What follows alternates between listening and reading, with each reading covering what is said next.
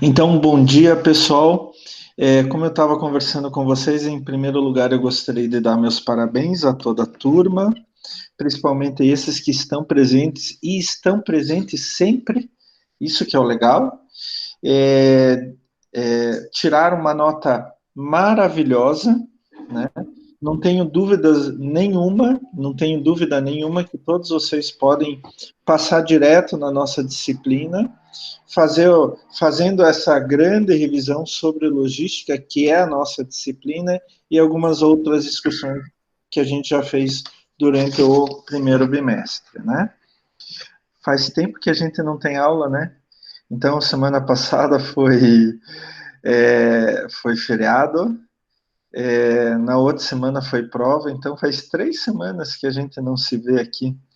E eu vou confessar para vocês, eu tenho saudades, eu fico com saudades de vocês. Para aqueles que estão se formando no final de semestre, nossa, vai ser difícil ficar sem ver vocês de novo. Mas vamos lá, né? Assim é a vida, paciência. Eu gosto muito de dar aula para essa turma, me sinto bem dando aula para essa turma, tá? Não é sempre que um professor se sente bem dando aula para uma turma, hein? Então, olha só que legal. Eu queria dar um aviso primeiro, antes que eu me esqueça. Este bimestre, os trabalhos vão ser apresentados 17 e 24 de novembro. Então, semana que vem eu já vou passar todos os trabalhos, tá? E daí vocês já podem decidir quem que vai fazer dia 17 e quem vai fazer dia 24 de novembro. É importante que vocês peguem muito bem a experiência do trabalho anterior para melhorar esse. De novo, não é só encheção de saco, não é só ter que dar uma nota, etc. Eu quero que vocês apresentem coisas cada vez melhor. E quando tiver que apresentar lá para o chefe de vocês, que vocês vão arrasar. O chefe vai ficar extremamente feliz, né? Quem sabe dar até um up na carreira de vocês, né? Então, semana que vem eu vou passar tudo, inclusive já vou colocar lá na semana específica das apresentações, tá? Mas daí eu aviso tudo e a gente já decide semana que vem quem vai apresentar antes, quem vai apresentar depois. O ideal é que continuem as mesmas equipes do primeiro bimestre, eu não vejo muito problema, né, de ficar a mesma equipe, a não ser que alguma equipe tenha estremecido em alguma coisa, né, mas aí vocês conversam comigo sem problema algum, tá bom? Então, de novo, parabéns, as notas foram ótimas. Eu vou fazer a devolutiva, e o legal da devolutiva não é só a gente ver o que está certo, o que está errado, mas a devolutiva sempre faz um refrescamento da matéria na cabeça, né? Então, quanto mais a gente conversa, mais a gente fala, mais a gente discute, mais a gente entende daquele assunto e se capacita para discutir aquele assunto, né? Eu quero lembrar vocês já tiveram disciplina comigo, né?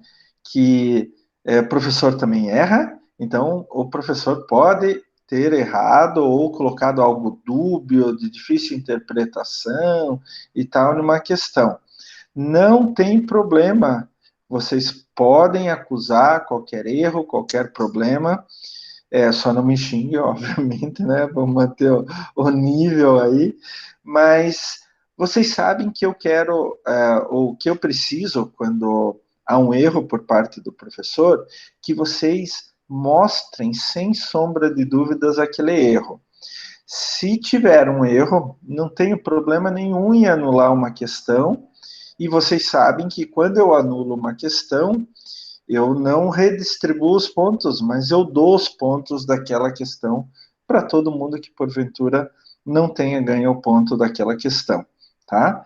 Mas assim, esteja bem claro que vocês têm que me provar sem sombra de dúvidas que eu estou errado. A partir desse momento, sem crise nenhuma. Eu sempre falo, eu também erro. Algumas vezes eu erro mais, algumas vezes eu erro menos, mas eu também erro, tá? Também sou ser humano, não sou perfeito, tá bom? Então fica combinado isso daí. Eu vou compartilhar agora a prova. Vamos ver onde que está a prova. Eu acho que está todo mundo vendo, né? Sem problema. Sempre. Ótimo, muito obrigado.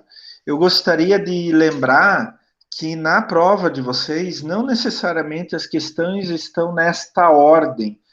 Para a questão 1 pode estar como questão 5 e assim por diante, tudo embaralhado. Assim como as alternativas A, B, C, D e E. Não necessariamente estão nessa ordem, tá?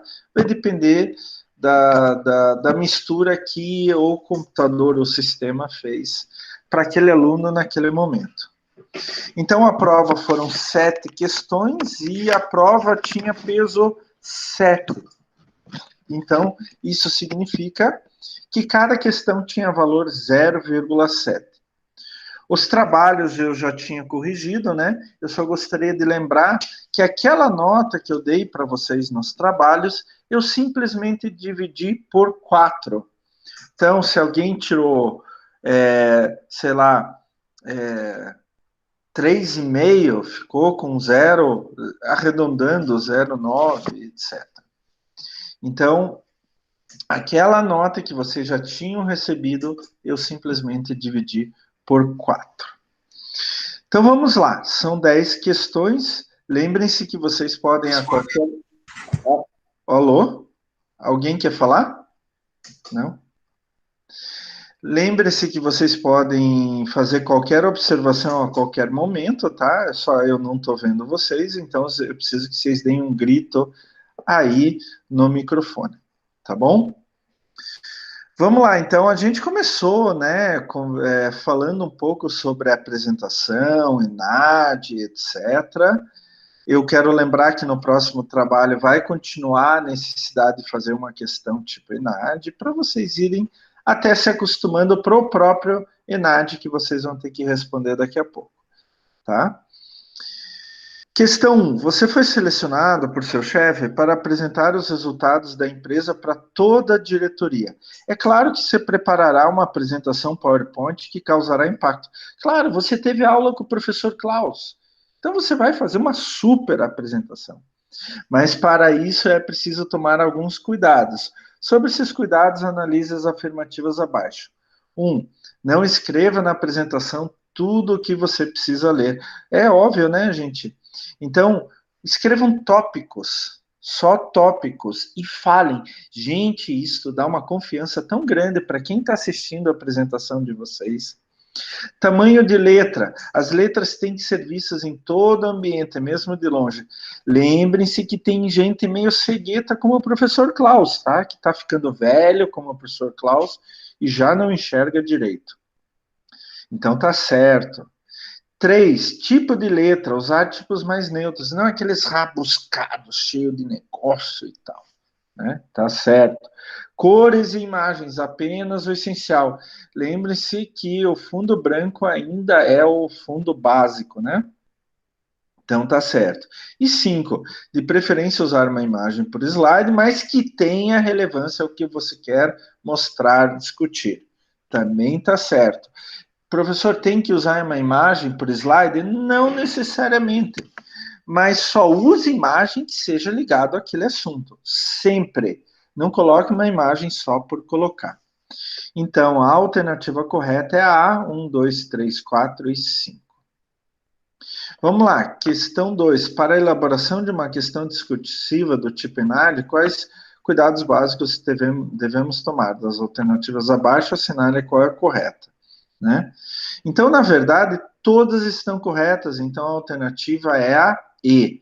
Propor explicações e soluções para os problemas apresentados, fazer comparações ou classificações de dados e informações, analisar a propriedade das informações e valores dos procedimentos e assumir posição favorável ou contrária a alguma conduta, apresentando a devida argumentação.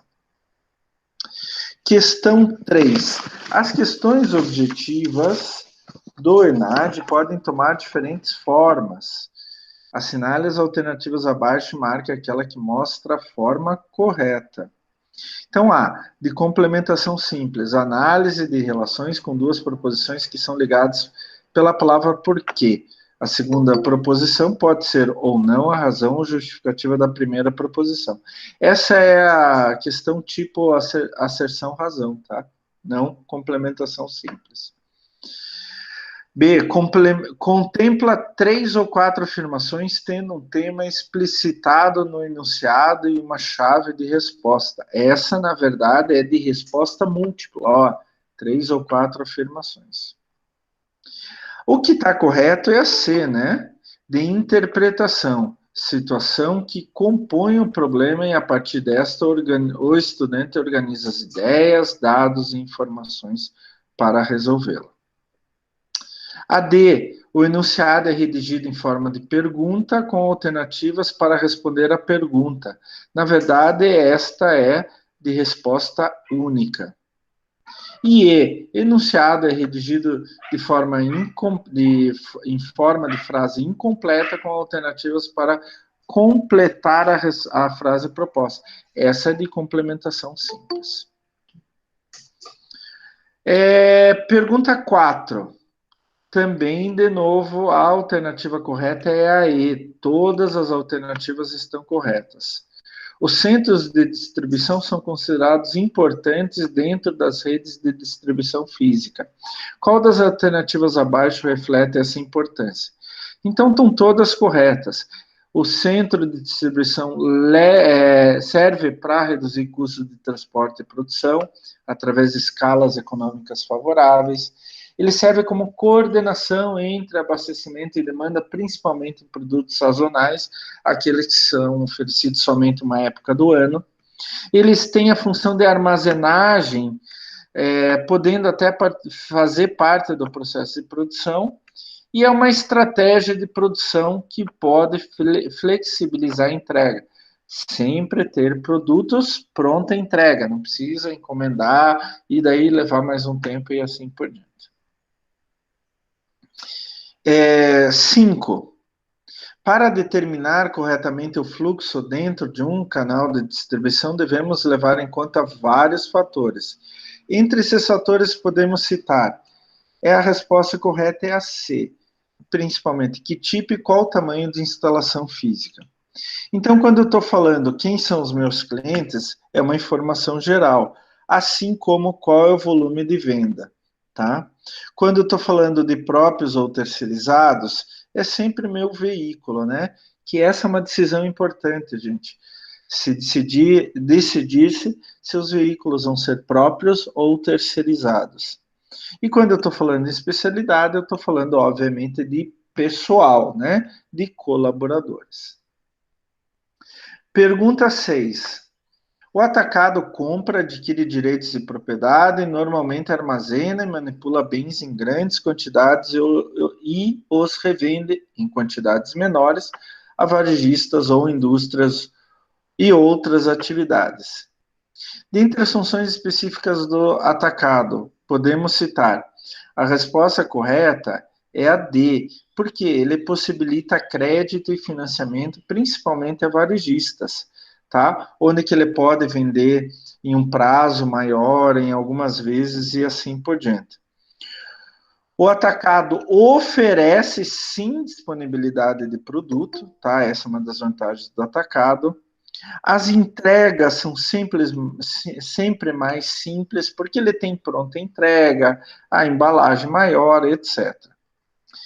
A gente acha que o atacado não possibilita o fracionamento, mas ele possibilita sim, porque ele compra em uma quantidade muito maior e vende em frações menores. Inclusive, hoje o atacado possibilita que o consumidor final vá até lá. E a reposição é sempre muito rápida, tá? Isso é extremamente importante. Questão 7. Os canais de distribuição são de suma importância para um sistema logístico. Das alternativas abaixo, qual é a alternativa que dispõe corretamente sobre os canais de distribuição? De novo, mais uma vez, todas as alternativas estão corretas. Então, Canal de distribuição é um sistema usado para ligar os produtores aos usuários finais, claro, né? É um conjunto de organizações independentes envolvidas no processo de tornar o produto disponível para o consumo e uso. Então, tem o fabricante, tem o atacado, tem o varejo, tem a logística, etc. Executam as funções necessárias para ligar os produtores aos usuários finais, através da logística, né? A escolha dos canais compromete a organização por um longo período de tempo, porque eu não posso escolher um canal de distribuição e de repente mudar. O investimento é muito alto, então eu acabo ficando com aquele canal de distribuição por mais tempo. Mas afinal, por que ter um canal de distribuição? Então, a pergunta 8. De novo, todas as alternativas estão corretas.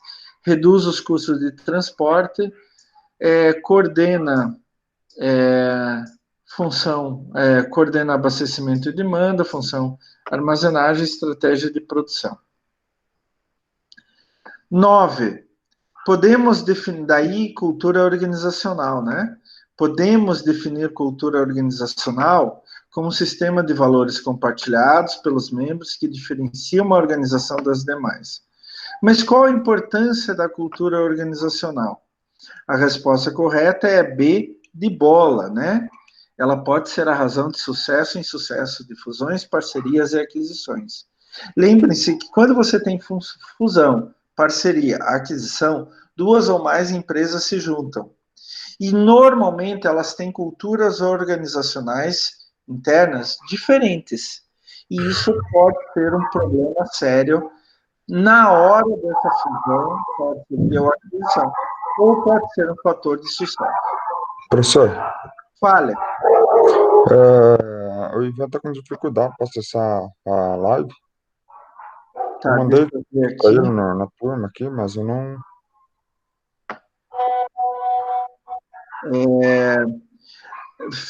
Manda uma mensagem para o Ivan e diz assim, para ele entrar no AVA e clicar no link que está disponível na semana 12 do AVA. Bom, ele falou que ele não está conseguindo acessar nem pelo AVA. Tá estranho Peraí, isso. Porque tá aqui, tá o auto permitir, tá para todo mundo. Então, se outros entraram, ele também deve ser algum problema dele lá. Eu consegui acessar pelo AVA. Eu também entrei pelo AVA aqui. O que eu tenho notado é que quem entra pelo AVA, entra lá na semana específica e clica lá, quem entra pelo AVA não tem dificuldade nenhuma em entrar normalmente, tá? Então, ou é um problema do computador dele, porque aqui no Google Meets eu liberei para todo mundo. Então, qualquer um pode entrar a qualquer momento. Tá, o auto-permitir está ligado, tá? Então, o ideal é ele entrar pelo AVA. Ou ele entra na semana 12, daí lá em cima no cabeçalho tem o link. Ou vai um pouquinho mais abaixo, né? Então, acessar a live e clica lá de novo. Tá bom? Coloque isso. Vou mandar aqui para ele, aqui. Por favor. Então, vamos continuar. A gente está quase terminando a prova, né? Estamos, então, na questão 9. A cultura organizacional é um pressuposto para a implementação de qualquer projeto de mudança financeira, né? Não, mudança organizacional, por isso é cultura organizacional.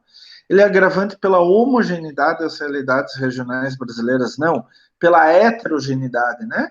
Então, Nordeste tem um modo de ser, o Norte tem um modo de ser, o Sul tem um modo de ser e assim por diante. Com a globalização, diminui a necessidade de entender a diversidade cultural? Não, pelo contrário, aumenta, porque as pessoas se aproximam muito mais. E, obviamente, aí está errada. Então, é a questão B de bola. E, finalmente, a questão 10. A cultura organizacional possui alguns pressupostos básicos que acabam por determinar como ela se manifestará dentro de cada organização. Sobre isso, analise as afirmativas abaixo. Todas as afirmativas, de novo, estão corretas. né? Quem disse que o professor não pode fazer essas pegadinhas e colocar todas corretas, né? Então, algumas vezes vocês não acreditam, mas pode estar, viu, gente? Vamos lá. Então,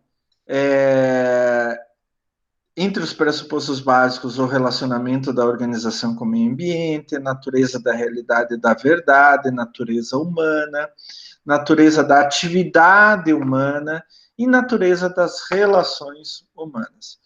Isso é extremamente importante dentro da cultura organizacional. Então, gente, essa foi a nossa prova. Alguém tem alguma pergunta, alguma observação, alguma colocação sobre a prova, gente? Nada? Tudo correto, sem problema? Ótimo. Então, de novo, vocês estão de parabéns. Ótimo. Estou super feliz com vocês. Não teve crise nenhuma, né? E agora, como a alta administração falou lá no começo do semestre, que quando a gente dá devolutiva, a gente também deve dar matéria nova.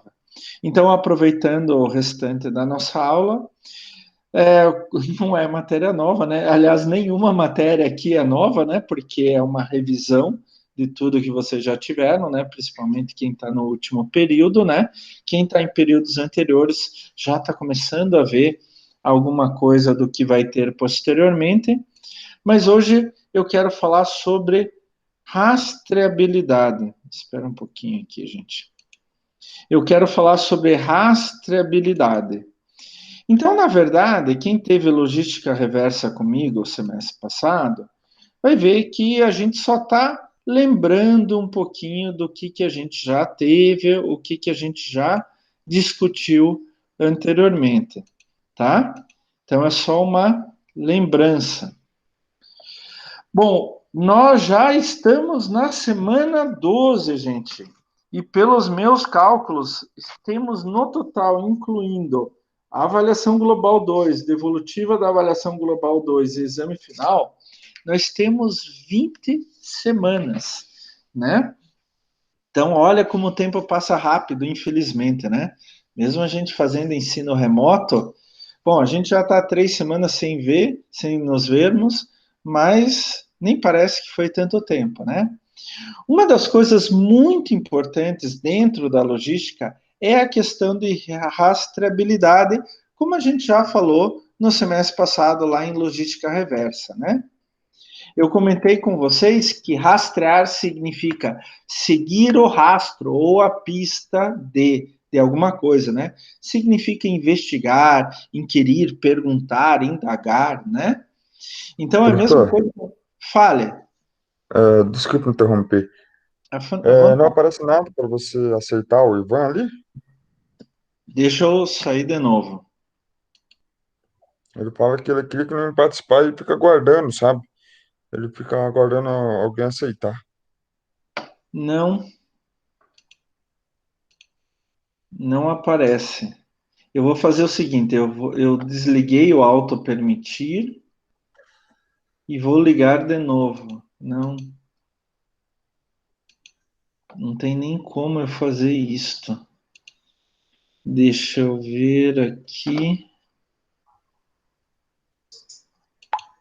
Configurações.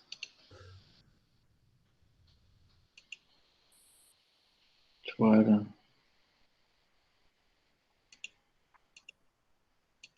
O problema, Eu acho que é no dispositivo dele. eu acho que é o dele, viu? Alguém. Aqui, ó. Agora apareceu. Agora eu coloquei lá. Ele não conseguiu entrar mesmo assim. Ele tá digitando aqui agora. Mas eu permiti agora. Deixa eu ver aqui. Eu permiti. Eu acho que é um problema dele. Infelizmente. Ele vai ter que ver lá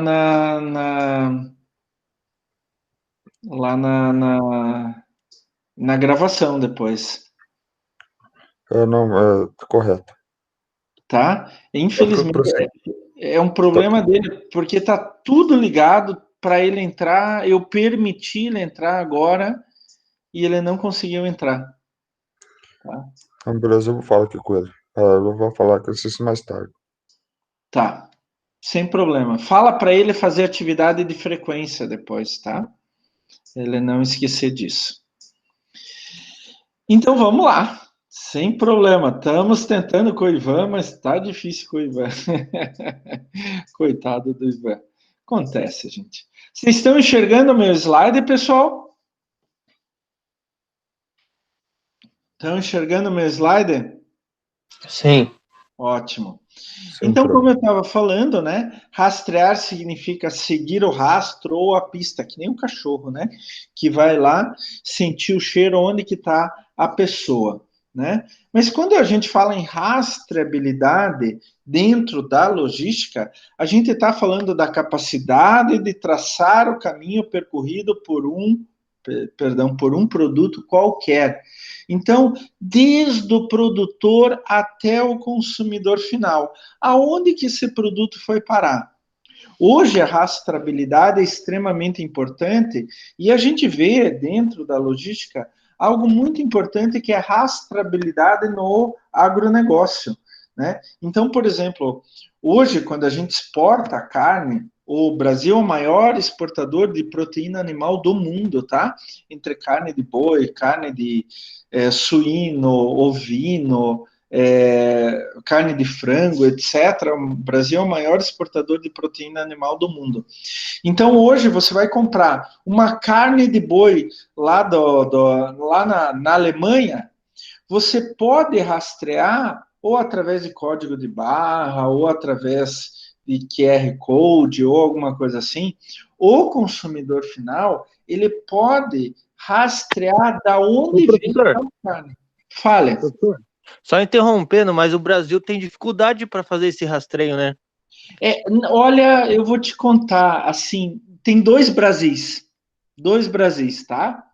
Então, tem o Brasil que já domina essa rastreabilidade da proteína animal totalmente, e tem o Brasil que não consegue fazer isso de jeito nenhum, tá?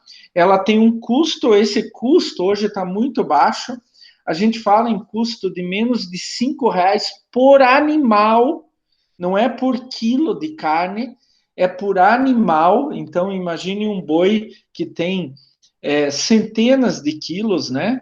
Então, a gente consegue rastrear facilmente. A própria Embrapa, que é a Empresa Brasileira de Pesquisa Agropecuária, ela já há mais de 20 anos já desenvolveu o sistema de rastreio, então ela consegue fazer, inclusive nesse sistema de rastreio, gente, dá para saber se o animal foi criado em pasto, se ele foi criado confinado, quais os remédios e vacinas que ele recebeu ao longo da vida dele e assim por diante.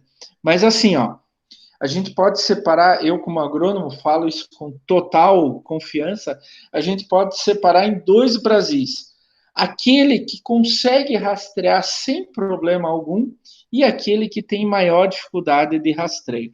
Mas isso não acontece só na carne, tá?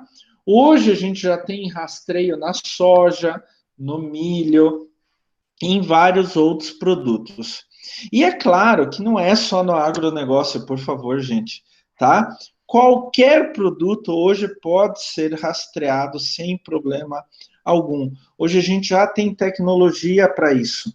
E eu estou falando também até chegar não só para o produtor, para o profissional da logística, não, eu estou falando até o consumidor final. E isso em todos os momentos pode dar uma diferença muito grande na comodidade, na automatização do sistema e até na diminuição de custos. Então, quando a gente está fazendo essa rastreabilidade, pessoal, a gente está falando da história do produto, da aplicação do produto, do uso do produto e da localização do produto. Com essa rastreabilidade, inclusive, é muito fácil, dependendo do produto, não dá para fazer para qualquer produto. Se tiver que fazer um recall, por exemplo, recolher para consertar alguma coisa, é o típico caso de carros. Hoje, com essa rastreabilidade, você pode ir até direto ao consumidor final. nem todo produto é possível fazer isso. Mas eu vou mostrar para vocês até um caso, vou passar um vídeo para vocês hoje, que eu não passei lá em logística reversa, que com, por exemplo, as etiquetas RIFT, ou como eles falam, RIFD, eu não gosto, eu prefiro RIFT, pronto.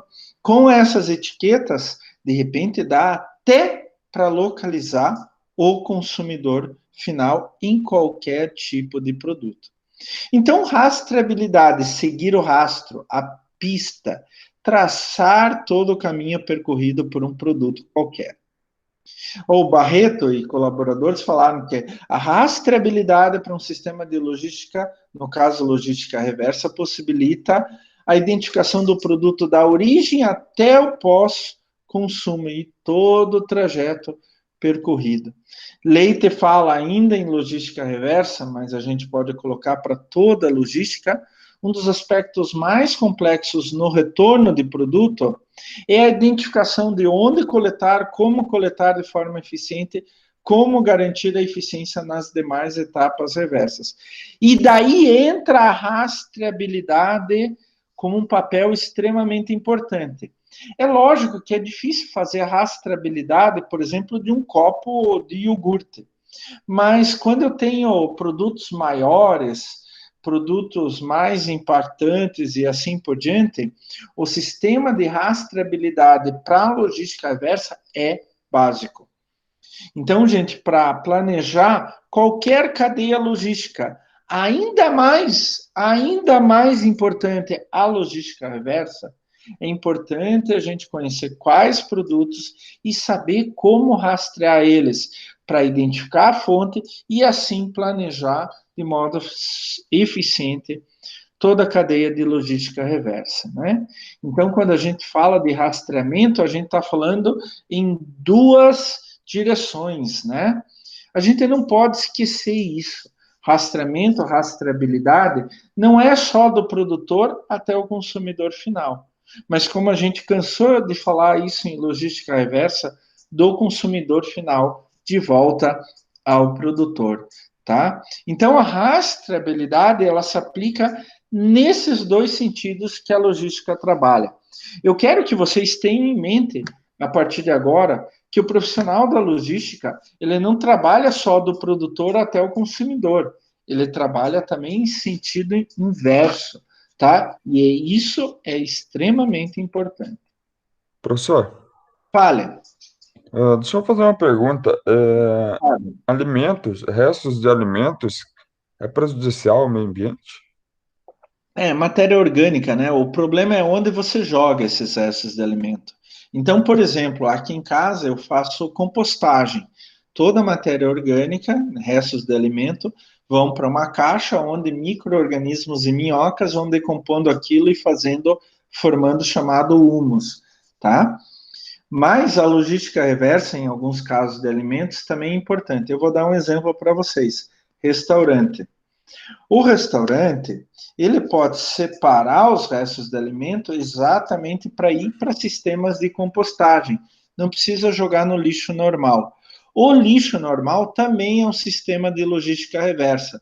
Só que em vez de levar para um uso útil, como a compostagem, fazer humus, ele leva para um aterro, né? A gente discutiu lá em logística reversa.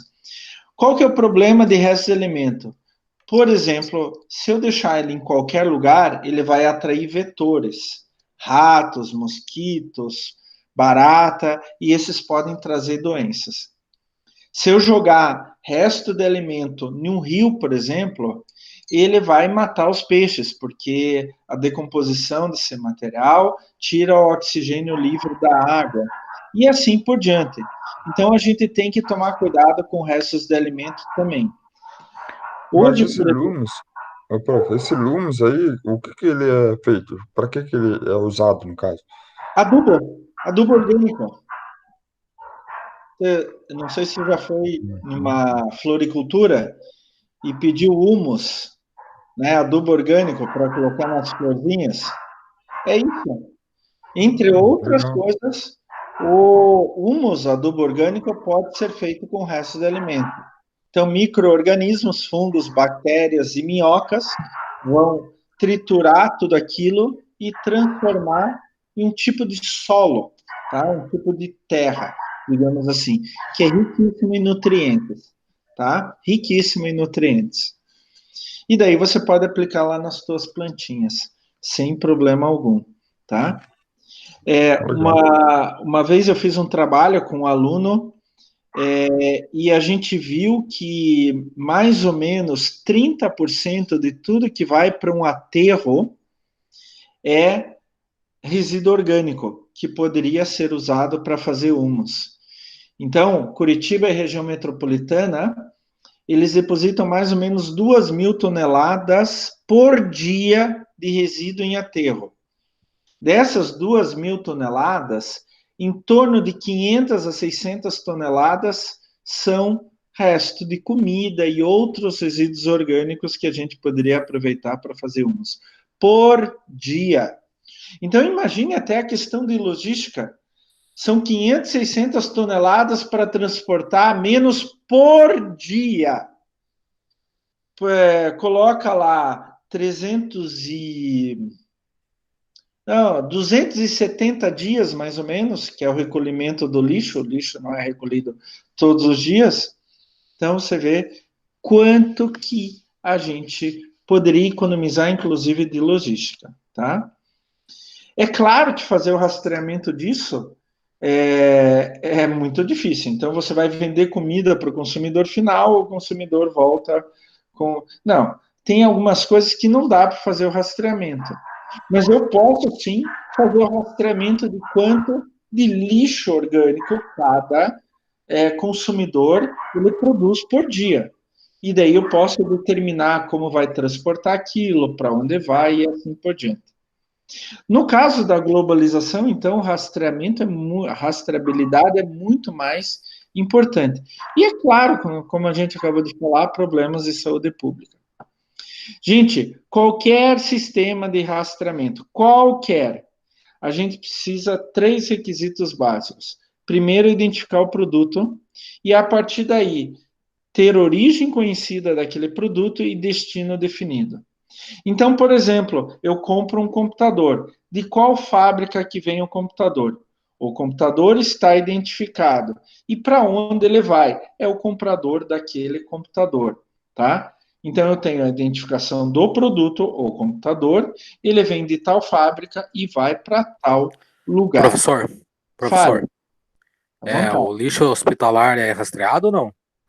Ah, olha, boa. O pior é que é rastreado. Hoje é obrigatório cada serviço de saúde, isso inclui hospital, clínica, até clínica veterinária. Cada serviço de saúde, ele tem que separar o lixo dentro do seu serviço de saúde, acho que são 5 categorias diferentes. Então, por exemplo, uma das categorias é aquela que tem risco biológico, que pode trazer fungo, bactéria, vírus, etc.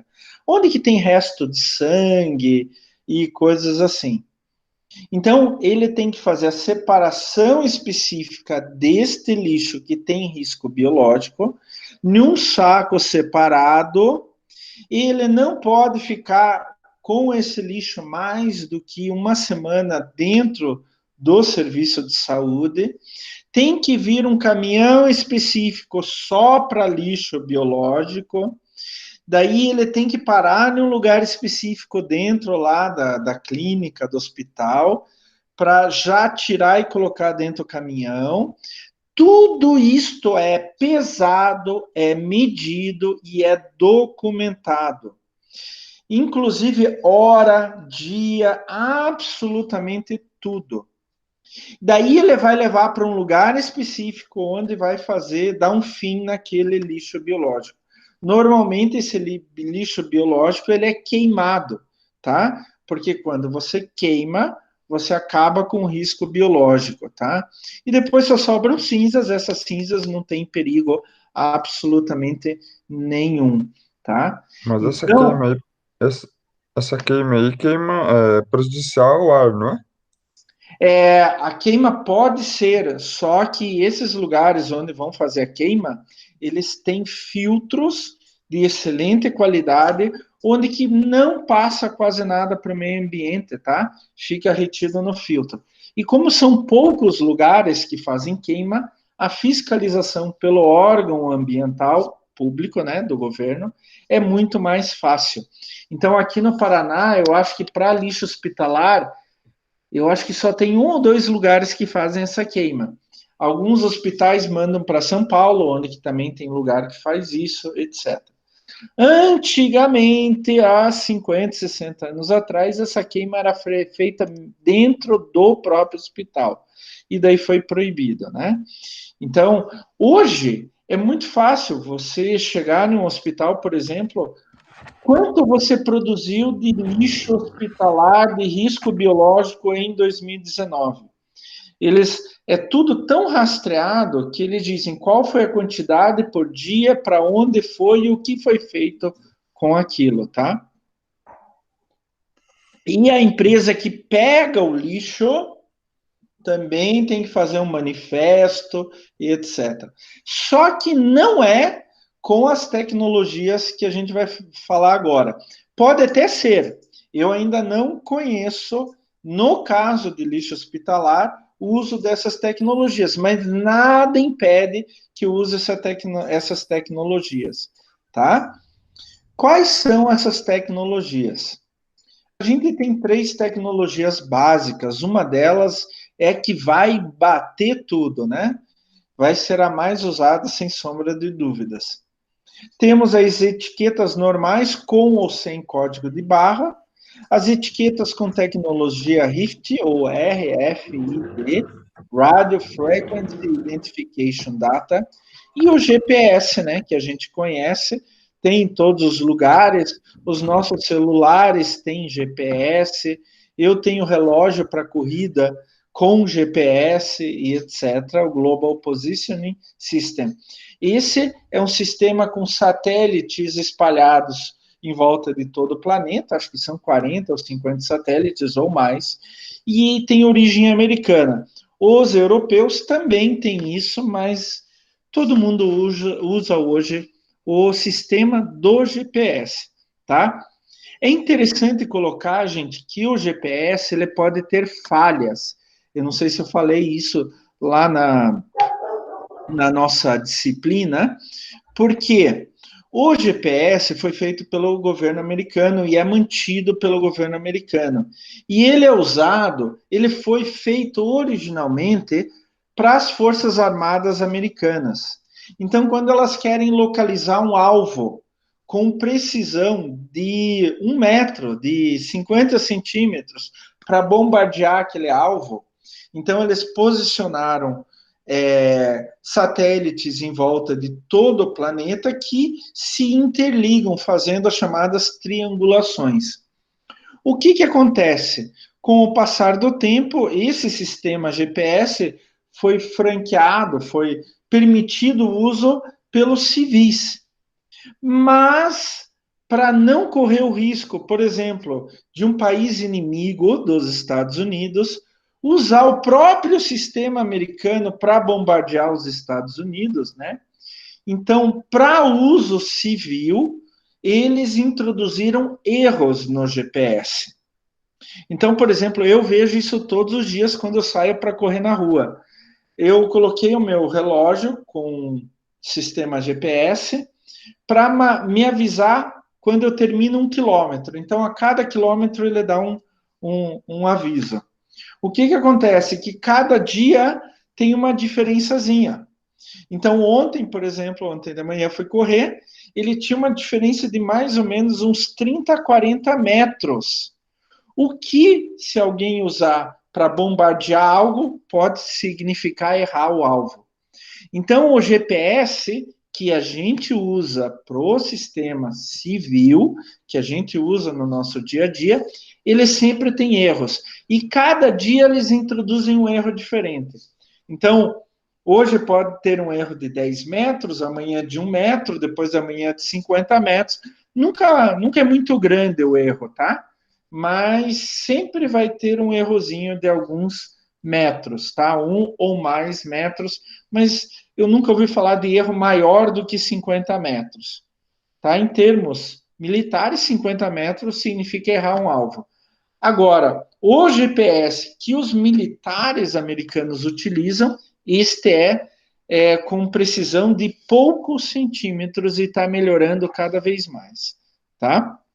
Desses três, o que é mais tradicional é a etiqueta com código de barras, mas o que vai dominar o mercado, sem dúvida nenhuma, as etiquetas RIFT, tá? Então a gente tem que prestar bem atenção nisso. Ô, professor, Fale. o senhor sempre dá um exemplo lá das fabricantes de pneus, que cada pneu produzido tem que ser um retornável, né? Qual que é o sistema de rastreamento que eles usam para fazer esse rastreio dos pneus? Não fazem. E Eles como não fazem. É a mesma coisa da logística reversa das embalagens de agrotóxico. Então, o sistema de rastreamento, digamos assim, é o grande número. Então, você pega, por exemplo, a Continental, ela produz, sei lá, 1 milhão de pneus por ano. Pela legislação, ela tem que dar fim em 1 milhão de pneus, tá? E pronto. Pode ser da própria Continental? Pode. Pode ser que ela pegue pneu da Pirelli, da Firestone e tal, para dar o fim? Pode. O que interessa nesses sistemas não é a marca do pneu, nem o modelo do pneu. No caso, só interessa a quantidade, tá? Então, a gente começou com legislação de a cada 4 pneus produzidos tem que dar fim em 5, porque a gente tinha muito pneu jogado por aí. Então, hoje a gente já não tem mais pneu jogado por aí. Para cada 4 pneus produzidos, 4 devem ser descartados de forma correta. Só que daí, onde que entra a rastreabilidade? Então, a Firestone, ou a Continental, ou a Pirelli, ela fez um sistema de recolhimento de pneus aí junto à borracharia, junto a empresas de pneus que revendem pneus, etc. Tá?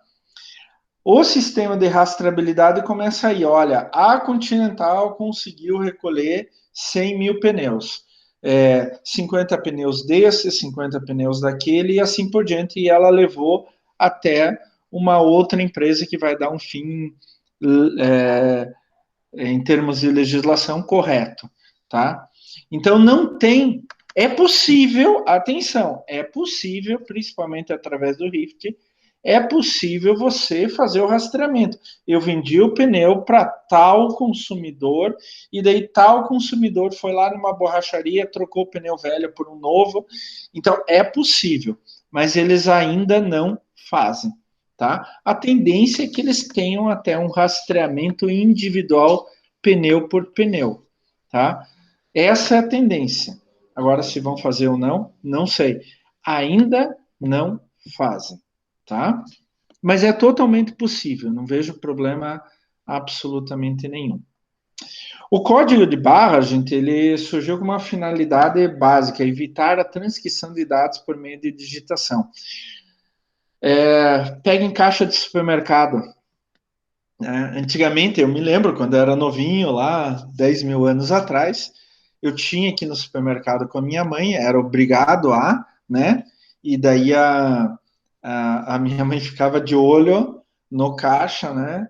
Porque o caixa tinha que digitar, não, ele tinha que... Ai, como se diz? Tinha que registrar o preço. Ele não registrava o produto, ele só registrava o preço, tá? Então tinha que ficar de olho se o caixa não fazia um erro no registro do preço. Quando entrou o código de barras, o que aconteceu? Aquele código de barras já fala, quando o caixa passa pelo supermercado no visor ali o código de barras, ele vai ler, ele vai num banco de dados e diz aquele código de barras, ele está ligado a tal preço, e daí já registra o preço. Então, o erro, a possibilidade de erro para transcrição, por exemplo, no supermercado, em relação a antes que tinha que digitar lá o preço e agora só passa o código de barras, a possibilidade de erros é muito pequena. É praticamente nula. Não vou dizer que é nula, porque pode ter um problema até no próprio banco de dados. Um código de barras está num produto, mas significa outro. Isso pode acontecer. Isso é falha quando for se fazer o banco de dados, né? Então, o código de barras veio para evitar esse grande volume de erros, tá? E a gente vê no supermercado, foi um dos primeiros lugares onde o código de barras foi utilizado em grande extensão, foi utilizado intensamente, né? O código de barras, como eu já falei para vocês, é uma identificação através de uma codificação numérica pelo sistema EAN, European Article Number.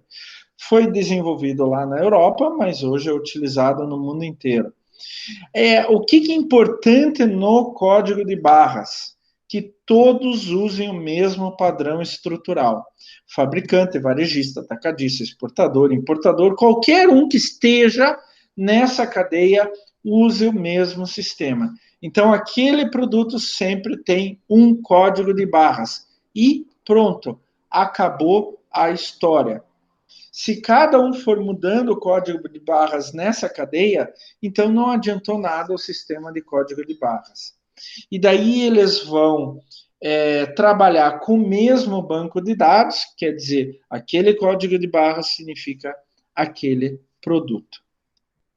E o código de barras é bem simples, né? Porque ele tem um fundo branco com colunas de diferentes espessuras de cor escura. E daí eu tenho um leitor que funciona a laser. E o que acontece? Este laser, ele vai refletir no código de barras de diferentes formas, né? Então, por que eu tenho barras claras e barras escuras, né? Porque um vai contrastar com o outro. Daí ele vai ler como 0 e 1 e vai ler a diferente espessura de cada um desses intervalos. Então, eu aponto o laser, ele vai fazer essa leitura, vai voltar, e isso vai ser, esse código de barras vai ser relativo a um número no banco de dados. Então, ele vai aparecer o número aqui, ele vai armazenar aquela informação, e no banco de dados já vai aparecer que aquele número significa aquele produto ou aquele conjunto de produtos e assim por diante, tá? O código de barras ainda é muito usado, mas o que vai ficar cada vez mais usado, e eu estou falando isso para vocês, é a tecnologia de captura de dados por radiofrequência, o RIFT. Então, o que acontece? Ele usa o espectro eletromagnético, radiofrequência, para transmitir informações sem contato físico. Eu não preciso fazer, já vou mostrar, nem a leitura, como eu faço por código de barras. Então, no código de barras, eu tenho que ter um laser fazendo a leitura e eu tenho que passar por esse laser, tá? Qual que é a desvantagem em relação ao RIFT do código de barras?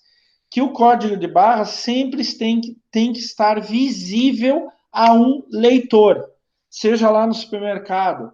Lá no supermercado, professor, eles colocam o laser em várias direções diferentes, porque se o código de barras cair em uma direção, ele vai ler de qualquer jeito.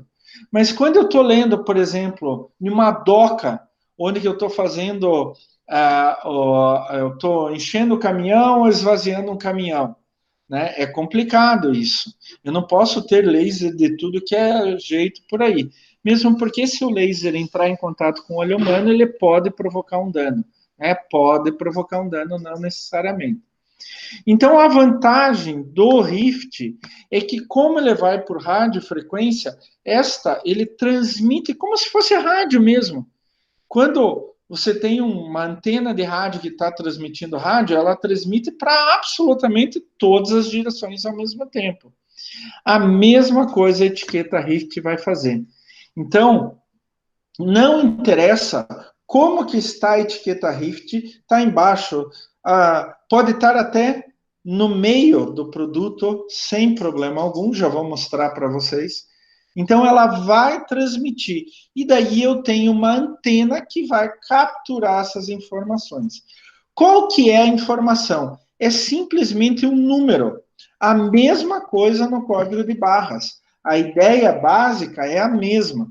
É simplesmente um número. Este número vai para um banco de dados e diz: olha, este número significa com um computador, tal modelo, tal modelo, tal modelo. Tá? Então, eu posso chamar isso de qualquer coisa. Tem gente que chama e-tag, Rift tag. Tag é uma etiqueta, né? Transponder, né?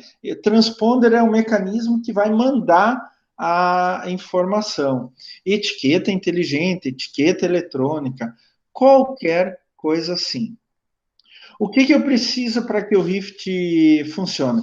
Eu preciso de uma antena, tá? Ou chamada bobina, um transceiver com um decodificador e um transponder. Tá? Eu já vou mostrar tudo isso para vocês. Ó. Tá aqui, olha. Então, eu tenho a etiqueta. Opa, onde está o meu cursor? Eu tenho a etiqueta aqui, tá? Pessoal, vocês estão me ouvindo ainda? Não caiu a minha transmissão, né? Não, professor, tá bom. Desculpa, por um instante eu pensei que tinha caído a transmissão. Então, eu tenho a etiqueta, tag é a etiqueta, tá bom? Que ela tem uma antena e um microchip, mas muito, muito, muito pequenos. Ah, mas então é caro. Hoje, gente, a gente está fazendo isso muito, muito barato. Alguns centavos cada etiqueta, né? Então, eu tenho a etiqueta que vai no produto, essa etiqueta, e daí no local onde que eu quero medir, eu preciso ter uma antena que capte aquela transmissão da etiqueta, tá? Então, eu tenho uma antena na etiqueta que vai mandar, que é o transponder, né? Que vai mandar para uma antena no local. Daí ele vai ler e vai transmitir para um computador. Eu já vou mostrar para vocês que isso é fantástico, tá? Eu posso ter em baixa frequência para pequenas distâncias e em alta frequência para grandes distâncias, né? Vantagem: rapidez e precisão na transmissão de dados. Gente, leva 3 a 4 segundos. E dependendo da etiqueta e da antena que está recebendo, pode levar até menos, né? Alto grau de controle, quer dizer, assim, você tem pouquíssimos erros. Na verdade, eu nunca ouvi falar de erro, não estou dizendo que não tem erro. Mas, assim, a possibilidade de erro é muito menor. No código de barras, pode haver erro, pode não ler, por exemplo, tá? Então, pode acontecer do código de barras estar uma parte só, outra parte saiu, pode ser que ele não esteja bem impresso, daí o leitor a laser não vai ler, então pode ter erros. Eles simplesmente podem não ler. E daí o operador vai ter que fazer a leitura manual, vai ter que ler e digitar lá o número, tá? Vocês sabem que no código de barra sempre vem um número embaixo, é o mesmo. Só que as barras permitem a leitura por laser, é muito mais rápido. A etiqueta Rift é muito legal, gente, que ela permite a leitura simultânea de várias etiquetas. Então, é como se eu passasse com um carrinho cheio de compra pela caixa e pronto, já leu tudo. Eu não preciso passar produto por produto no laser para ler. Então, essa diferença já permite uma rapidez muito maior e muito menos gastos, tá? A simplificação do processo, porque é tudo mais rápido, e como eu tenho mais rapidez, mais precisão, menos erro, a rastreabilidade do produto é fantástica, tá? Então, como eu falei para vocês, é uma etiqueta com uma antena e um microchip que transmite uma informação para uma antena que está fora, vai ler e vai levar para o computador. Pode falar. Mas essa etiqueta Rift já pode ser impressa no próprio produto, tipo na embalagem, que nem o código de barra? Ou tem que ser colocado depois? Olha, é uma boa pergunta. É uma boa pergunta. Sinceramente, eu não sei te responder, mas é uma boa pergunta. Ela tem uma dificuldade que ela tem antena e o chip, né? Então, imprimir como a gente faz hoje, talvez não. Mas você já pode produzir em grande quantidade essa etiqueta, fazendo com que o preço dela desça muito. Eu não duvido que daqui a pouco a gente possa imprimir a etiqueta inteira, inclusive com antena direto na embalagem. Isso é até possível tecnologicamente falando, e pode ser até que tenha. Eu não conheço, tá? O que a gente tem ainda é você ter que comprar uma etiqueta separada, né, como vocês estão vendo aqui, que vai ter a antena aqui. Isso é feito por um sistema de impressão, né, mas impressão em 3D. Por mais que não pareça 3D, mas isso é tipo impressão 3D por causa da antena e do chip, tá? Então, assim, pode ser que a gente já consiga, daqui a algum tempo, fazer isso, tá? Mas atualmente ainda não. Professor, Fala. o código de barras, igual você falou, tem um plano B, vamos supor, se ela não estiver lendo o código, você pode fazer a digitação. No caso das etiquetas RIT, se a antena na etiqueta estiver danificada, ela tem um plano B para fazer o processo? Tem um código de barras aqui, ó. Tem também Ela normalmente tem um código de barras. Mas eu vou falar para vocês, gente. Isso é só plano B, B, B, B mesmo, tá? Porque a própria etiqueta Rift, se ela não trouxer nenhum problema, óbvio, né? Pode acontecer problema? Pode acontecer problema, pessoal? Pode. Mas não é comum acontecer problema, tá? Não é nada comum acontecer problema. Porque a tecnologia envolvida nisso já é uma tecnologia bem conhecida, bem determinada, etc. Mas pode haver problema sim, a antena não lê, ou a antena da própria etiqueta, ela não está conseguindo transmitir ou coisa assim, tá? Mas para evitar isso, todas têm um código de barras, se for necessário, lê-se o código de barras, tá? Hoje eu já vi sistemas onde que nem mais traz código de barras, tá, na etiqueta Rift. Eu já vi sistemas assim, porque está ficando cada vez melhor o sistema Rift, então está demonstrando cada vez menos erro virtualmente. Professor, Fala. complementando a dúvida do Matheus, como que o sistema vai, como que a gente vai saber qual dos produtos é que tem o problema? Para a gente fazer a digitação do código, para fazer o Você plano está B. falando nas etiquetas Rift? Exato. Porque assim, é, a etiqueta Rift, no caso, ele faz leitura, né, por rádio, né? Você Sim. passa o carrinho ali com vários produtos, ele registra tudo. Mas como você vai saber qual daqueles produtos que você pegou que vai estar errado o código? Difícil. Não vai saber. Não vai saber. Né? Então, se está tudo misturado, você não tem como saber. Se você fizer um por um, como você faz no código de barras normal, daí você tem como saber. Né? Uma coisa que você pode fazer, por exemplo, e até o vídeo que eu vou mostrar para vocês, você entra com o carrinho em algum lugar, você pode, quando ele vai ler, ele vai te dar a descrição de todos os produtos que estão ali. E vai te dar o número de produtos que estão ali. Então você pode fazer essa comparação. Olha, eu tenho 30 produtos e as etiquetas Rift estão acusando 30 produtos. Se não acusarem 30 produtos, aconteceu alguma coisa. Sabem o que pode acontecer, por exemplo, gente? É alguém tirar a etiqueta de propósito em um produto, para o produto passar batido, tá? Essas etiquetas normalmente não saem tão fácil assim, mas pode acontecer, tá? Pode acontecer. E a gente pode, por exemplo, de repente, daqui a algum tempo, já imprimir a etiqueta direto na embalagem, como é o código de barras, e não tem como tirar. mas você pode fazer essa conferência. Quantos produtos eu tenho no carrinho? 30. Quantos apareceram lá? 30. Agora eu vou falar para vocês assim, é muito difícil acontecer uma coisa dessas, tá? No caso das etiquetas Rift, é muito difícil acontecer uma coisa dessa. Uma tecnologia bem determinada. O que pode acontecer, gente, é mais fácil acontecer, e daí acontece no código de barras também, ele lê uma etiqueta que não está no banco de dados. Então, ele vai ler a etiqueta, vai mostrar que tem aquele produto com aquele código, mas não vai dar a descrição do produto, não vai dar o preço do produto.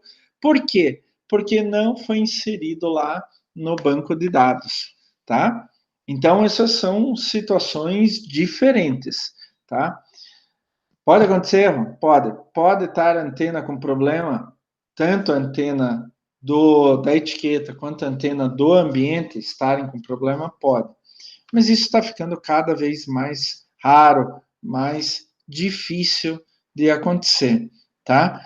A mesma coisa com código de barra também, né? Eu acho o código de barra muito mais trabalhoso. Mas hoje a gente já tem técnicas de impressão que impedem ou diminuem bastante as falhas de leitura, tá? Os problemas mais comuns em código de barras é um código que não está no meu banco de dados ou está de forma diferente no meu banco de dados, tá?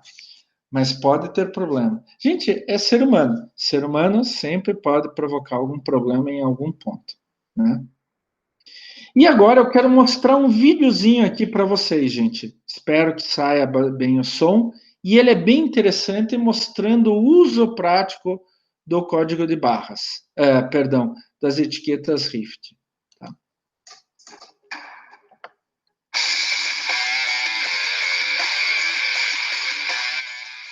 Uma empresa brasileira que chamou a atenção do mundo inteiro pelo uso de uma tecnologia que não é exatamente nova, mas pode ter um impacto imenso no dia a dia dos negócios e dos consumidores. Confira.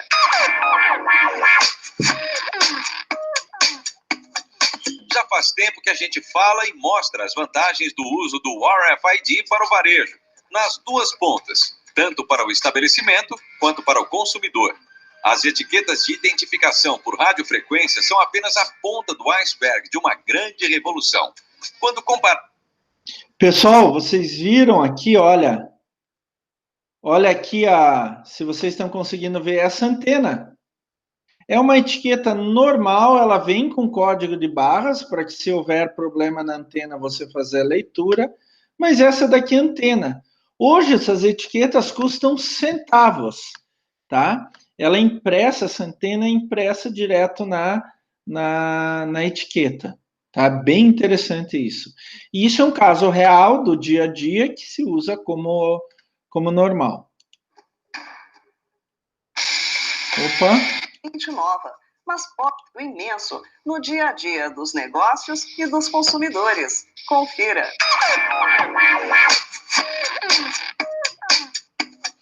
Já faz tempo que a gente fala e mostra as vantagens do uso do RFID para o varejo, nas duas pontas, tanto para o estabelecimento quanto para o consumidor. As etiquetas de identificação por radiofrequência são apenas a ponta do iceberg de uma grande revolução.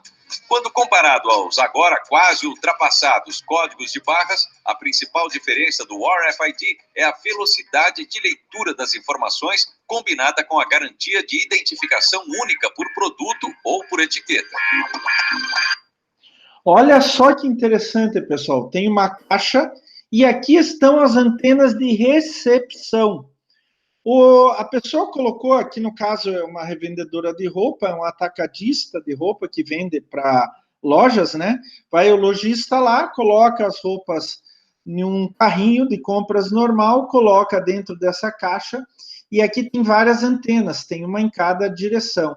E ele vai ler, não interessa em qual ordem que está, se está para cima, para baixo, se tem um monte em cima, e etc. E já aparece em 3 a 4 segundos, lá na tela do computador, descrição de cada um deles e o preço final, o preço de cada um e o preço final de tudo. Se falar descrevendo benefícios e vantagens ainda não é o suficiente, a gente mostra. O que até pouco tempo atrás a gente chamava de varejo do futuro já é realidade. E aqui no Brasil, viemos conhecer o segundo maior case de sucesso da implementação de RFID no mundo. Este atacadista de roupas infantis trabalha com mais de 550 fornecedores e 45 mil itens de estoque diário, controlados um a um por cor e tamanho. Nós contamos com o RFID na entrada, na hora do pedido de compra, no monitoramento dessa mercadoria em gôndola. A gente consegue fazer cruzamento de informações via BI do que está rodando e o que não. A gente consegue passar as informações de peças que são lidas no checa-preço, mas não são cruzadas na hora da venda. Então isso gera o quê? Uma informação muito rápida para o setor da compra tomar uma decisão logo de manhã, ou se não no meio do dia. Pessoal, é interessante que vocês viram lá no começo que as roupas vêm em caixas, né? Ele consegue ler o que está dentro da caixa. Esse que é o mais interessante. Se eu tenho 50 peças dentro da caixa totalmente diferentes uma da outra, ele vai conseguir ler o que está dentro da caixa. Olha aí de novo a antena, né, que fica nas costas da etiqueta, né? Antenas de radiofrequência estão espalhadas por todas as partes. Quando a mercadoria chega na loja, ainda embalada, ela já deve estar etiquetada com as tags eletrônicas. O acordo é esse. Para vender aqui, o próprio fornecedor é responsável por identificar cada uma das suas peças. Da porta da loja para dentro, a primeira parada é neste portal, onde toda a remessa é conferida e adicionada eletronicamente ao estoque em questão de segundos. Antigamente, eram 18 pessoas conferindo as entregas por amostragem. Conta com 4 portais de entrada para poder fazer a conferência dos itens inteiros. Uma coisa que a gente conseguiu foi não ter a mercadoria mais no pulmão, né? Porque existe um pulmão que é o tempo de conferência que esse produto levava até ser conferido por amostragem. Então, a gente tinha uma conferência por amostragem, que contabilmente isso é muito ruim. Então, a gente conseguiu fazer com que ele tenha uma leitura 100% dos pedidos que são entrantes na loja, e com isso ele consegue fazer o quê? Ele consegue já em 30 minutos, no máximo, numa finalização de lotes com 400, 500, 600, 800, até 5 mil itens que entram nesse cliente, ele consegue fazer o quê? Ele já consegue dar entrada para a área de venda. Então, até o estoque, a gente conseguiu baixar esse pulmão. Para o consumidor, que aqui só pode comprar no atacado, as etiquetas de RFID trouxeram uma experiência totalmente diferente dentro da loja. A única preocupação é encher o carrinho. Quando quiser saber se já atingiu o valor máximo que pretende gastar, basta usar um checa-preços como este. Com antenas de radiofrequência no interior, ao colocar o carrinho de compras dentro deste portal, todas as peças são identificadas em 1, 2, 3, 4, 5, 6 segundos.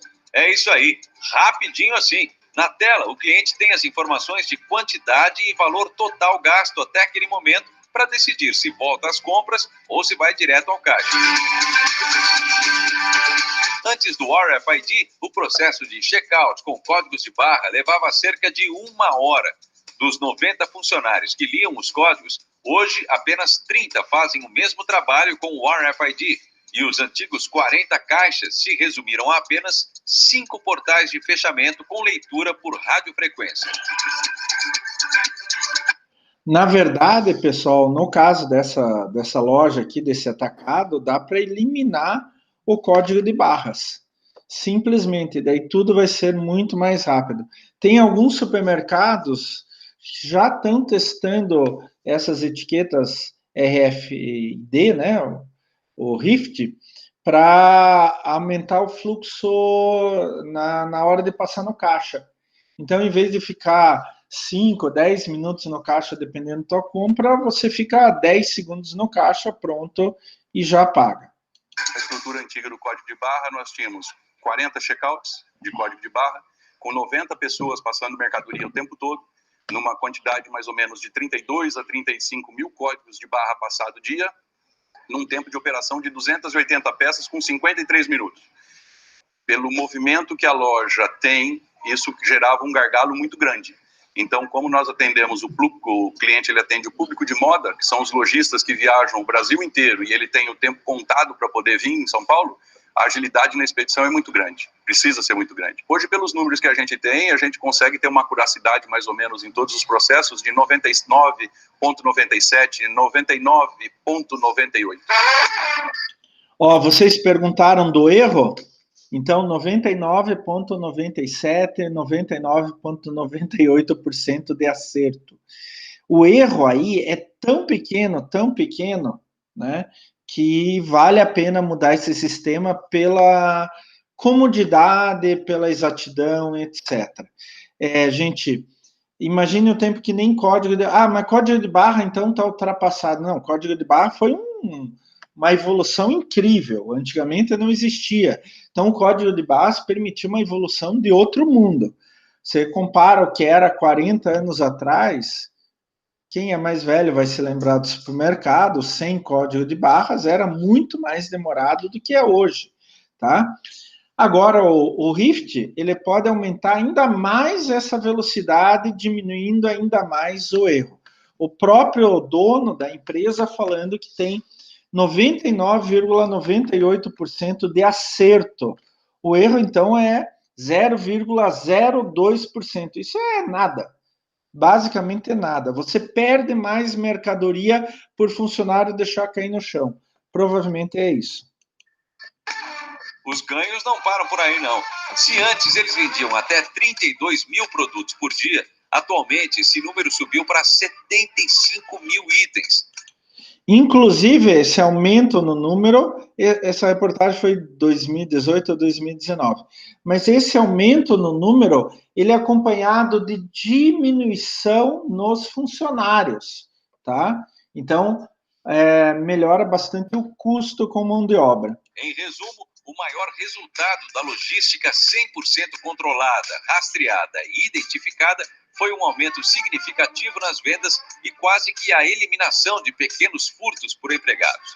Mas, acredite, ainda é possível evoluir e, quem sabe, se tornar o primeiro case mundial de RFID. A barreira da logística já está resolvida. O próximo passo é começar a usar esse volume enorme de informações diárias de dentro da loja como inteligência de mercado. Vocês viram que tem um leitor de etiquetas manual também, pequenininho, que você pode levar de um lugar para o outro? Como que tem? Só que não é por laser, né? Então, vocês viram ali, acabou de passar, ele não precisa apontar para um código de barras, pegar a mercadoria e apontar para o código de barras. Ele simplesmente aponta em direção à estante onde estão as mercadorias, e ele já vai ler absolutamente tudo, né? Aí, o céu é o limite.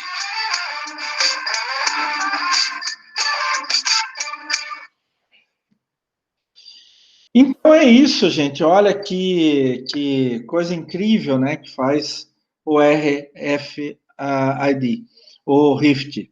Eu tenho uma aluna lá na engenharia civil que ela trabalha numa empresa de construção civil que eles usam o Rift para obras.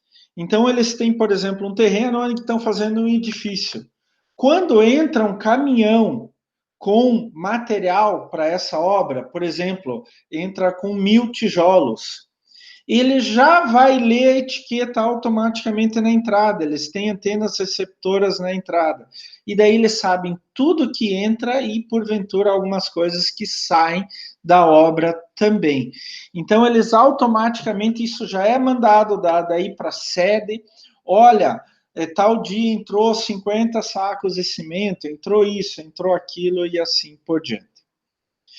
Mas, gente, nada disso vai ser bom se eu não integrar com tecnologia da informação, né? A gente sabe que a globalização está cada vez mais ferrenho, a gente tem que ter qualidade de serviço, foco no cliente. Então, hoje, a gente integra estas informações de rastreabilidade com softwares que fazem o gerenciamento de toda a cadeia de suprimentos. Eles controlam a cadeia. Então, hoje é possível, por exemplo, a fábrica ela estar interligada em tempo real com com o revendedor lá, com o varejista e assim por diante. Então, a gente tem sistemas como o APS, né, onde que daí eu tenho hardwares, equipamentos, com computadores, por exemplo, software, programas, que já entram em contato um com o outro. Isso acontece muito no ramo automobilístico, onde que você não tem mais aqueles estoques muito grandes. A gente trabalha com just in time, né? Então, à medida que vai gastando uma matéria-prima, já entra em todo o sistema em contato com o teu fornecedor para ele mandar mais daquela matéria-prima e assim por diante, tá? Isso está ficando cada vez mais comum. E o ERP, a gente já discutiu isso, inclusive, em outras aulas, né? A gente teve palestra de ERP, foi ano passado, começo desse ano, não me lembro. Ele permite isso através de vários módulos dele, como MRP, MPS, CRP, DRP e assim por diante, tá? E hoje a gente integra essas tecnologias de rastreabilidade dentro de sistema ERP ou um sistema LIS, como Logistic Information System, né? Sistema de informação logística, que vai facilitar todo esse controle, né? Então, por exemplo, a gente pode ter um módulo de sistema de informação de transporte, onde a gente liga os dados das etiquetas com código de barra, ou o RIFT, ou GPS, e assim por diante. Deixa eu voltar aqui para vocês, para a apresentação. Ainda tem alguns alunos aí em aula. Que bom. Gente, então esse foi mais uma revisão do que a gente já viu, inclusive, na nossa disciplina anterior de logística reversa. Eu vou confessar para vocês, gente, eu sou fã de etiqueta RIFT. Eu sou muito fã de etiqueta RIFT. Eu acho que vai ser o futuro, já tem muita gente utilizando, mas vai ser o futuro, vai ser quase obrigatório. Ainda existe a tecnologia do QR Code, né? O QR Code, ele na verdade está sendo muito pouco usado dentro da logística e está sendo mais usado para outras coisas, como, por exemplo, fornecer informações para o consumidor final. Então, é muito comum hoje um produto ter QR Code, mas não tem um uso para sistemas de logística. Mas o consumidor pode ir lá, pegar com o celular, né, e entrar via internet. Ele, na verdade, o QR Code, ele acaba sendo um endereço de internet, mais ou menos isso, tá? E daí ele pode ver, meu produto foi fabricado em tal dia. É um sistema de rastreabilidade, mas ele está sendo quase nada usado em logística. A tendência é mesmo a gente partir para etiquetas RIFT. Imaginem você poder colocar, por exemplo, essas antenas em um caminhão. E você encher de produto no caminhão, ele automaticamente já vai te dizer em 4, 5 segundos tudo que tem lá dentro, modelo e tudo mais. De novo, a grande falha da etiqueta RIFT não é normalmente a etiqueta, mas a alimentação do banco de dados. Então, a alimentação do banco de dados tem que ser uma alimentação correta. Senão, o sistema RIFT não vai funcionar para nada, a mesma coisa do que o código de barras.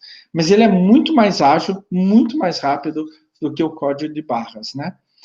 Então, me parece que já tem um supermercado em Curitiba que está começando a testar a etiqueta RIFT. Então, você vai colocando no carrinho, você simplesmente passa pelo caixa e ele já vai te dar toda a tua compra. E isso pode ir muito mais além. No caso de supermercado, né, de varejo, ele já pode estar ligado a um sistema que já tem teu cartão de crédito e já paga automático. Ou por Pix, esse novo sistema que o Banco Central desenvolveu agora, né, vai lançar agora em definitivamente agora em novembro, onde que os pagamentos são em tempo real, absolutamente tempo real. Então, você pode integrar com vários outros sistemas. E isso que eu acho legal do Rift. Gente, prestem atenção, viu? Eu estou falando para vocês, prestem atenção com essa tal de etiqueta Rift. Isso vai ser básico, vai ser comum. Fala, Matheus. A minha dúvida era o negócio tá falando no supermercado, né? Imagina, eu tava passando com o meu carrinho, eu fiquei imaginando antes do vídeo, como é que ele vai ler, né? E não vai ler o do carrinho da pessoa que vai estar atrás de mim, né? No caso, para passar no supermercado vai ter que ter uma caixa daquela lá também, né? Onde o carrinho vai ter que... Não necessariamente. Ele vai ter que ter um lugar. Então, ali naquele exemplo que a gente deu, entra na caixa, principalmente para não haver mistura, né? De frequências, tá? Então, aquela caixa isola as frequências e pronto. Mas não necessariamente. Pode ser que eu possa ter um espaço. Hoje, no caixa, ainda mais com pandemia, né? Mas falando sério, hoje no caixa, a pessoa coloca o carrinho e vai colocando as compras em cima da esteira e a pessoa ali no caixa vai fazendo a leitura. Então, tem um espaço. A gente pode, de repente, aproveitar o mesmo espaço com os transmissores, com as antenas, para captar, tá? E devido até à arquitetura ali, de repente não precisa nem isolar de outras maneiras, tá? A radiofrequência. Mas pode ser que venha a necessidade de colocar dentro de um negócio assim, mas, gente, fica entre nós, você coloca, fecha, em 5 segundos, acaba, né? Continua sendo muito mais rápido do que a leitura de código de barras. Muito mais rápido.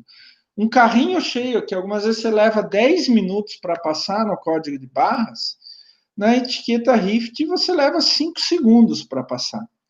Então, para o supermercado é uma boa, porque você pode ter menos caixas, né? E um fluxo muito mais rápido, atender muito mais gente no tempo que você atenderia com o código de barras. Mas o código de barras foi um avanço gigantesco, não é o código de barra não vale nada. Em relação ao que era antes, não tem nem como comparar. Gente, de verdade, eu ainda me lembro do tempo que era digitar, era datilografar na caixa registradora o preço. Então, assim, código de barra foi um avanço.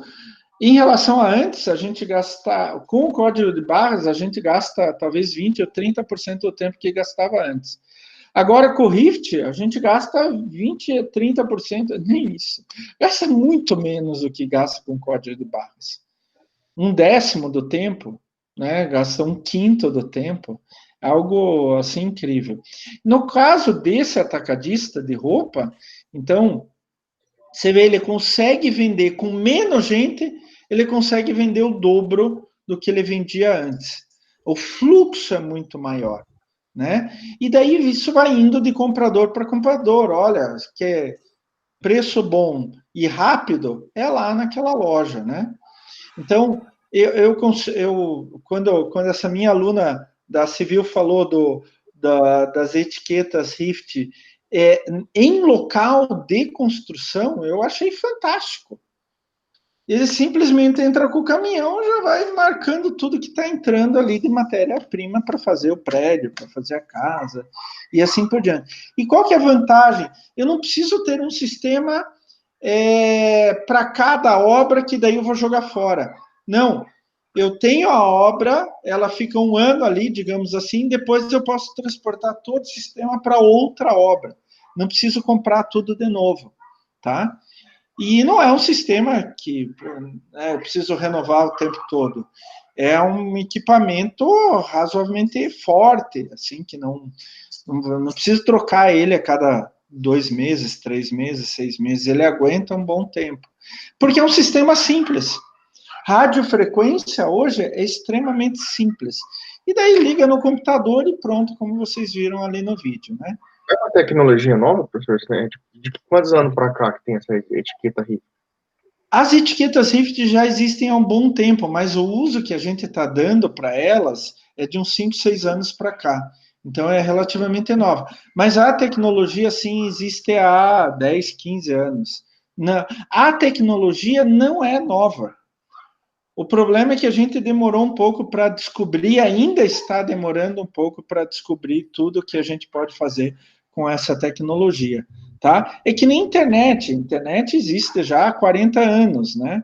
Internet existe desde a década de 60 e 70, quando pesquisadores militares precisavam trocar arquivos e não sabiam como trocar esses arquivos. Daí inventaram. Só que a gente foi evoluindo a internet e assim por diante, etc, né? Inclusive, o sistema Rift dá para ligar direto na internet. Então, o que você pode fazer? Você enche um caminhão aqui em Curitiba, vai transportar para o Mato Grosso, né? Que você vai levar 2 dias para chegar lá de caminhão. Mas quando você enche o caminhão, a informação já pode ser transmitida diretamente em tempo real para o Mato Grosso, tá? E daí você acopla um sistema de GPS no caminhão, você pode monitorar no Mato Grosso qual mercadoria está vindo e aonde que ela está indo. Então, a junção de duas tecnologias. E quanto tempo vai durar? Hoje, com o Google Maps, por exemplo, e assim aqueles outros aplicativos de trânsito, você pode ver quanto tempo vai demorar para chegar lá em função do trânsito, tá? Então, a tecnologia GPS permite isso. Então, você já pode fazer previsões. Olha, teu caminhão com esse trânsito, lá em tal lugar tem um engarrafamento de 10 quilômetros que está demorando 1 hora para sair. Então, o Google Maps faz bem isso daí. Ele vai trocando as previsões conforme a intensidade de trânsito. Então, você juntar a tecnologia Rift com o GPS, a rastreabilidade assim, é quase que perfeita, né? Mas essa é uma tecnologia que existe já há um bom tempo, a ideia, etc. E é simples, é muito simples. E, gente, eu falo para vocês, as etiquetas estão ficando cada vez mais baratas. Hoje elas custam centavos, literalmente centavos, e vão ficar ainda mais baratas, tá? Elas vão ficar extremamente comuns, como é etiqueta de código de barras. E eu prevejo, os meus poderes sobrenaturais, eu prevejo que a gente vai poder imprimir essas etiquetas na própria empresa, na própria loja, tá? Até há pouco tempo atrás isso era totalmente impossível, mas a gente vai conseguir imprimir isso em equipamentos específicos para tal, tá? Dúvidas, gente? Mais colocações? Colocação, na verdade. Eu acho que essa etiqueta Rift, prof, pensando logisticamente, é muito melhor, né, professor? Dá menos custos e é muito mais eficiente, muito mais rápido. Não tem nem dúvida. De novo, gente, não é que código de barras é uma porcaria. Assim, o código de barras foi extremamente importante para todo o sistema logístico, todo, em qualquer ponto, tá? Dentro da fábrica, saindo da fábrica pro atacadista, indo do atacadista pro varejista, indo do varejista pro consumidor final. Código de barra foi muito importante. Só que hoje a gente tem uma tecnologia que é muito mais rápida. E como vocês viram, a taxa de erro é baixíssima. É praticamente nula. Eu digo para vocês, estatisticamente, uma taxa de acerto de 99,98% é perfeito. Estatisticamente falando, é perfeito. O erro, a perda aí, é praticamente nenhuma. Isso um cara lá que vende 70 mil mercadorias por dia. Um cara lá, quem estava falando lá, aquele lá era o chefão, o dono da empresa. 70 mil mercadorias por dia. Gente, logisticamente, 70 mil mercadorias por dia é um desafio. Não é tão simples assim, tá? Então, ele é um atacadista de roupa, é uma quantidade imensa. E deve entrar muito mais. Isso o que ele vende, o que sai 70 mil por dia, né? 77 mil por dia. Né? O que entra também, entra no sistema logístico. Então, a rapidez, a exatidão de tudo isso daí, pode ser que daqui 10, 20 anos a gente tenha outra tecnologia, mas a etiqueta RIFT ela vai imperar durante muito tempo. Vocês tratem de se acostumar com ela, porque ela vai imperar durante muito tempo. Eu estou falando isso para vocês, tá? Vai ser extremamente comum. Gente, eu vou falar uma coisa para vocês. Vocês são a turma que mais interage comigo, tá? Eu adoro isso daí, eu adoro quando vocês colocam, inclusive fazem perguntas difíceis que eu não sei responder. Também gosto disso, né? Porque me desafia a aprender mais, a ir atrás de mais informação que eu nem imaginava que eu ia precisar em algum momento, né? Vocês estão de parabéns de novo. Pessoal, não se esqueçam de entrar lá na atividade de frequência, 5 minutinhos, tem um material complementar muito bom. Semana que vem a gente vai falar em custos logísticos, acho que é isso. Vamos ver. E depois semana que vem eu já vou dar os temas e os trabalhos para o final de novembro, para vocês fazerem para nossa nota complementar também. Tá certo, pessoal? Muito obrigado pela presença e, de novo, parabéns pela nota. Adorei, pessoal. Vou ter uma semana mais de férias aí. Tchau, tchau, pessoal. Até a semana que vem. Tchau, tchau. Tchau, tchau. Até a próxima.